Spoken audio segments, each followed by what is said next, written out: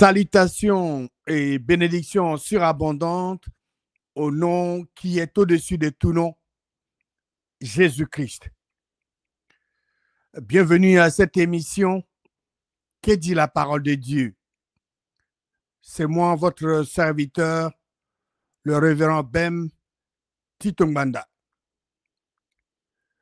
Aujourd'hui, nous allons considérer les thèmes suivants.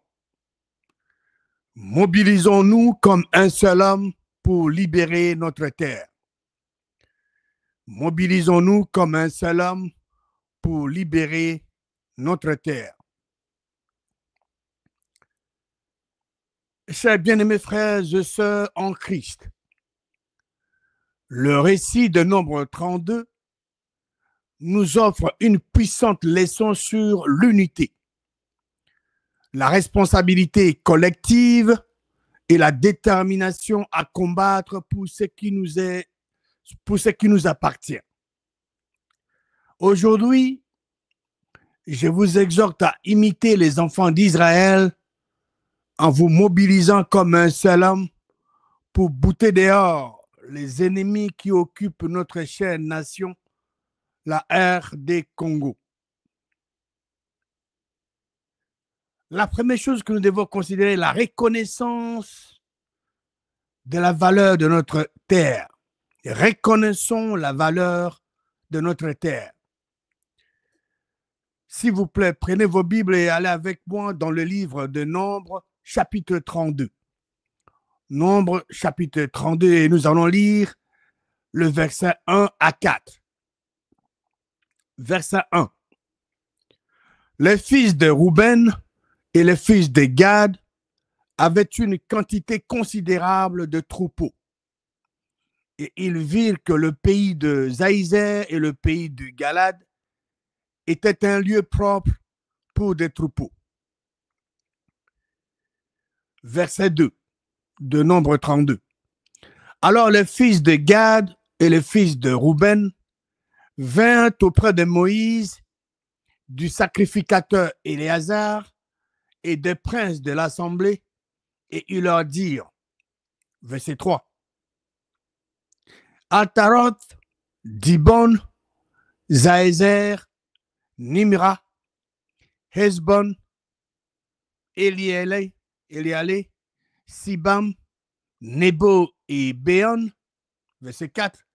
Ce pays que l'Éternel a frappé devant l'assemblée d'Israël est un lieu propre pour des troupeaux, et tes serviteurs ont des troupeaux. Qu'est-ce que nous lisons ici? Qu'est-ce que nous notons dans ce passage? Les fils de Rouben et de Gad ont vu la fertilité du pays de Zaézer et de Galad et ont compris que c'était un lieu propice pour leurs troupeaux. De même, la République démocratique du Congo est une terre riche, bénie par Dieu créateur, avec des ressources naturelles abondantes et un potentiel immense. Nous devons reconnaître la valeur de notre nation et refuser de laisser quiconque la piller ou la détruire. Cette terre est un héritage que Dieu créateur nous a donné et nous avons la responsabilité de la protéger et de la défendre. La deuxième chose que nous devons considérer, ne nous détournons pas de notre responsabilité. Ne nous détournons pas de notre responsabilité. Nous sommes toujours dans le livre de Nombre, chapitre 32. Lisons maintenant le verset 6 et 7. Versets 6 et 7. Moïse répondit aux fils de Gad et aux fils de Rouben. Vos frères iront-ils à la guerre et vous? Resterez-vous ici? Pourquoi voulez-vous décourager les enfants d'Israël de passer dans le pays que l'Éternel leur donne? C'est l'Éternel qui leur avait donné cette terre, ce pays-là. Moïse a confronté le fils de Rouben et de Gad en leur demandant, vos frères iront-ils à la guerre et vous, resterez-vous ici? Cette question de Moïse au fils de Rouben et de Gad résonne encore aujourd'hui. Nous ne pouvons pas rester passifs pendant que d'autres combattent pour notre liberté. Chacun de nous a un rôle à jouer dans la libération de notre nation. Si nous nous détournons de cette responsabilité, nous risquons de décourager nos frères et sœurs et de prolonger notre souffrance. La troisième chose que nous devons considérer en tant que peuple, nous devons être unis dans l'action. Soyons unis dans l'action. Nous sommes toujours dans le livre de Nombres, chapitre 32. Lisons le verset 16 et 17. Verset 16. Ils s'approchèrent de Moïse, donc le fils de Rouben et de Gad s'approchèrent de Moïse, l'homme de Dieu, et ils dirent, nous construirons ici des parcs pour nos troupeaux et des villes pour nos petits-enfants. Verset 17. Puis, nous nous équiperons en hâte pour marcher devant les enfants d'Israël jusqu'à ce que nous les ayons introduits dans le lieu qui leur est destiné. Et nos petits-enfants demeureront dans les villes fortes à cause des habitants du pays. Verset 18 de Nombre 32. Nous ne retournerons point dans nos maisons avant que les enfants d'Israël aient pris possession chacun de son héritage. Verset 19. Et nous ne posséderons rien avec eux de l'autre côté du Jourdain, ni plus loin, puisque nous aurons notre héritage de ce côté-ci du Jourdain à l'Orient. Les fils de Rouben et de Gad ont finalement compris l'importance de l'unité. Ils ont promis de marcher en armes aux côtés de leurs frères pour conquérir la terre promise avant de s'installer dans leur héritage. De même, nous devons nous unir comme un seul peuple, mettre de côté nos différences et travailler ensemble pour libérer notre nation. L'unité est notre force et c'est seulement en agissant ensemble que nous pourrons vaincre nos ennemis. La quatrième chose que nous devons considérer, ne craignons pas de faire des sacrifices. Ne craignons pas de faire des sacrifices.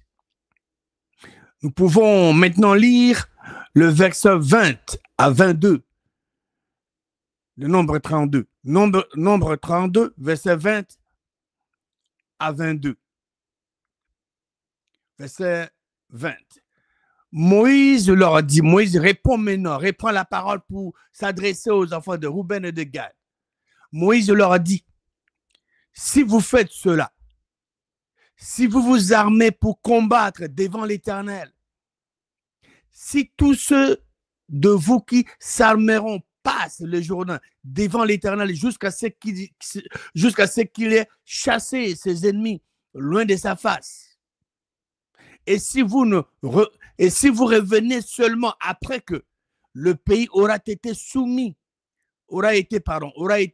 devant l'Éternel, vous serez alors sans reproche vis-à-vis de l'Éternel et vis-à-vis d'Israël, et cette contrée-ci sera votre propriété devant l'Éternel. Je vais reprendre ce verset 22. Moïse dit aux enfants de Rouben et de Gad, et si vous revenez seulement après que le pays aura été soumis devant l'Éternel, vous serez alors sans reproche vis-à-vis de l'Éternel et vis-à-vis d'Israël. Et cette contrée-ci sera votre propriété devant l'Éternel. Moïse, le serviteur de Dieu, a averti les fils de Ruben et de Gad que s'ils ne tenaient pas leurs promesses, ils pécheraient contre l'Éternel. De même, nous devons être prêts à faire des sacrifices pour le bien de notre nation. Cela peut signifier renoncer à notre confort, à nos intérêts personnels, ou même risquer notre sécurité. Mais rappelons-nous que Dieu créateur est avec nous et que notre combat est juste. La cinquième chose que nous devons considérer, gardons notre cœur droit devant Dieu créateur. Gardons notre cœur droit devant Dieu créateur. Nous pouvons maintenant lire le verset 10 à 13 qui nous rappelle ce qui était arrivé aux enfants d'Israël pour avoir désobéi à Dieu, le Créateur. Nous allons dans Nombre, nous sommes toujours dans le livre de Nombre, 32, verset 10 à 13. Rappelez-vous, Dieu avait envoyé, par l'entremise de l'homme de Dieu, les enfants d'Israël pour explorer donc la terre promise. Et ils avaient fait 40 jours là-bas. Et à leur retour, ils ont fait les témoignages. Josué, Caleb, ils ont dit, nous devons aller. Dieu nous a livré le pays. Les autres ont refusé. Ils n'ont pas écouté. Ils n'ont pas obéi à la parole de Dieu qui avait déjà livré la terre promise aux enfants d'Israël. Et les enfants d'Israël devaient payer le prix de leur désobéissance. Les autres, les espions, ont fait 40 jours. Et un jour équivalait à une année. Ils ont traîné dans le désert pendant 40 ans. Lisons maintenant Nombre 32, verset 10. La colère de l'Éternel s'enflamma ce jour-là et il jura en disant, ces hommes qui sont montés d'Égypte depuis l'âge de 20 ans et au-dessus ne verront point le pays que j'ai juré de donner à Abraham, à Isaac et à Jacob, car ils n'ont pas suivi pleinement ma voie. Voilà. Ces gens-là, qui étaient âgés de 20 ans et au-dessus, il n'était pas permis. Donc, ils ne pouvaient pas voir la terre promise. À cause de leur désobéissance, verset 12, excepté Caleb, fils de Jephuné, les Kénisiens, et Josué, fils de Nun, qui ont pleinement suivi la voie de l'Éternel. Quand nous suivons pleinement, quand nous sommes pleinement convaincus de la promesse de Dieu, nous recevons la bénédiction promise par Dieu le Créateur. Caleb et Josué étaient bénis parce qu'ils avaient obéi la volonté de Dieu pleinement. Ils avaient suivi pleinement la voie de l'Éternel. Et la voie de l'Éternel, c'est sa parole. Nombre 32, verset 13. La colère de l'Éternel s'enflamma contre Israël et il fit errer dans le désert pendant 40 années jusqu'à l'anéantissement de toute la génération qui avait fait le mal aux yeux de l'Éternel. Quel mal avait-il fait? Ils avaient désobéi. Quand Josué et Caleb disaient, allons, nous allons prendre la terre, nous allons gagner ces gens-là. L'Éternel nous a livrés, les a livrés entre nos mains. Les autres ont dit non, nous ne pouvons pas aller. Ce sont des géants, nous ne pouvons pas les combattre. Caleb et Josué étaient bénis. Les autres qui ont murmuré, qui ont désobéi, à partir de 20 ans au-dessus, tous étaient morts dans le désert. Ils n'ont pas pu voir la terre promise. L'histoire d'Israël nous rappelle que la désobéissance et le manque de croyance peuvent entraîner des conséquences désastreuses. La génération qui a refusé de croire en la promesse des dieux créateurs a erré dans le désert pendant 40 ans. Ne laissons pas la peur, le découragement ou la division nous empêcher d'accomplir ce que Dieu créateur nous a appelés à faire. Gardons notre cœur droit et restons fidèles à Dieu créateur et il nous conduira à la victoire. Mobilisons-nous comme un seul homme. C'est la volonté de Dieu. Frères, sœurs, la République démocratique du Congo est cette terre que Dieu nous a donnée comme la terre promise que Dieu avait donnée aux enfants d'Israël. C'est notre terre promise. Dieu créateur nous l'a donnée. Et c'est à nous de la défendre et de la libérer. Inspirons-nous des enfants d'Israël qui ont su s'unir, combattre et vaincre leurs ennemis. Ils ont fait ça ensemble.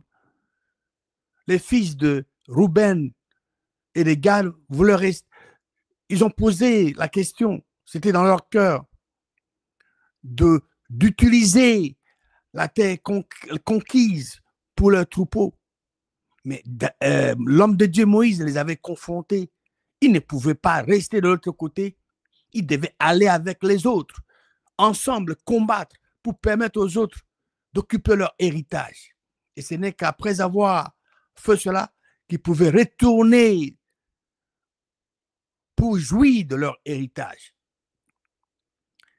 Nous devons nous inspirer des enfants d'Israël, de leur action. Ils étaient unis et ils ont combattu ensemble pour vaincre l'ennemi, pendant qu'eux prenaient des actions pour aller s'approprier la terre promise. Pendant qu'ils prenaient des actions, c'est en ce moment-là que Dieu, le Créateur, le Tout-Puissant, leur accordait la délivrance. Dieu Tout-Puissant s'impliquait pour les guider, pour leur donner la force, pour leur permettre de détruire leurs ennemis. Rappelez-vous, les enfants d'Israël ont vécu, ont gagné environ 33 royaumes. Ils sont sortis, ils étaient sortis de l'Égypte sans une armée organisée. Ils n'avaient pas une armée. Mais qu'est-ce qui a fait que ces gens ont pu gagner 33 royaumes? Parce qu'ils exécutaient la volonté du vrai Dieu. Et pendant qu'ils prenaient des actions concrètes pour aller s'approprier la terre que Dieu leur avait donnée, Dieu, le Créateur, était toujours à leur côté pour les guider, pour leur donner des victoires. Parce que Moïse leur a rappelé aux enfants d'Israël que toutes ces victoires qu'ils ont récoltées, c'était l'œuvre de Dieu, le Créateur. C'est Dieu, le Créateur, qui leur donnait toutes ces victoires, qui leur donnait la force, qui leur disait d'aller par-ci ou par-là pour aller détruire les ennemis. Et il intervenait parce qu'ils obéissaient à la volonté du vrai Dieu et ils prenaient des actions conformément à ces promesses de Dieu et Dieu s'impliquait pour leur donner la délivrance. Mobilisons-nous donc comme un seul homme, avec croyance, courage et détermination. Et bientôt, nous verrons la délivrance de notre nation. Que Dieu, Créateur, vous bénisse abondamment et qu'il bénisse la République démocratique du Congo et qu'il nous donne la force de combattre pour notre liberté au nom triomphant de Jésus-Christ. Amen.